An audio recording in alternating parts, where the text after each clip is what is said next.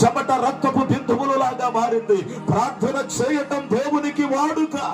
ఈరోజు ప్రార్థనా పరులైన వారి హృదయంలో దేవుడు పుట్టాలనుకుంటున్నాడు.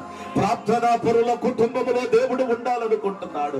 ఈరోజు నువ్వు ప్రార్థనా పరుడుగా, ప్రార్థనా పరురాలుగా నువ్వు ఉంటే యేసు ప్రభు నీ హృదయంలో, నీ గృహంలో ఉండటానికి ఆయన ఇష్టపడుతున్నాడు. దేవా, నాకు ప్రార్థనాత్మను దయచేయి నాయన. అయ్యా, ప్రార్థన భారమును దయచేయి అయ్యా. ప్రార్థన అభిషేకము దయచేయి నాయన. ప్రార్థన లేకుండా నేను చేసే క్రిస్టమస్ అది క్రిస్టమస్ కాదయ్యా.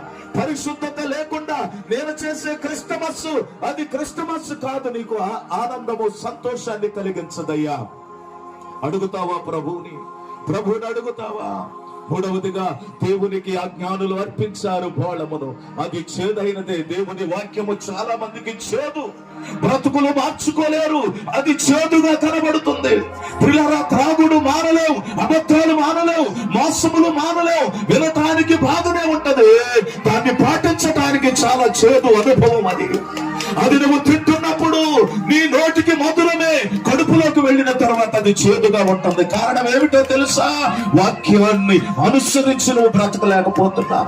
ఆ సినిమా చూడొద్దంటే, ఆ బూతులు మాట్లాడొద్దంటే, అబద్ధాలు ఆడొద్దంటే, ఆ త్రాగుడు జోలికి వెళ్ళొద్దంటే, ఆ చెడు వ్యసనాలు మానుకోమంటే వినటానికి బాగానే ఉంది, కానీ దాన్ని పాటించటానికి వచ్చేసరికి చేదు అనుభవం నీ జీవితంలో.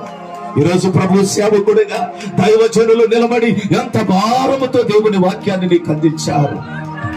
దేవా, నేను నీ వాక్యాన్ని అనుసరించి బ్రతుకుతానయ్యా, పరిశుద్ధంగా బ్రతుకుతానయ్యా.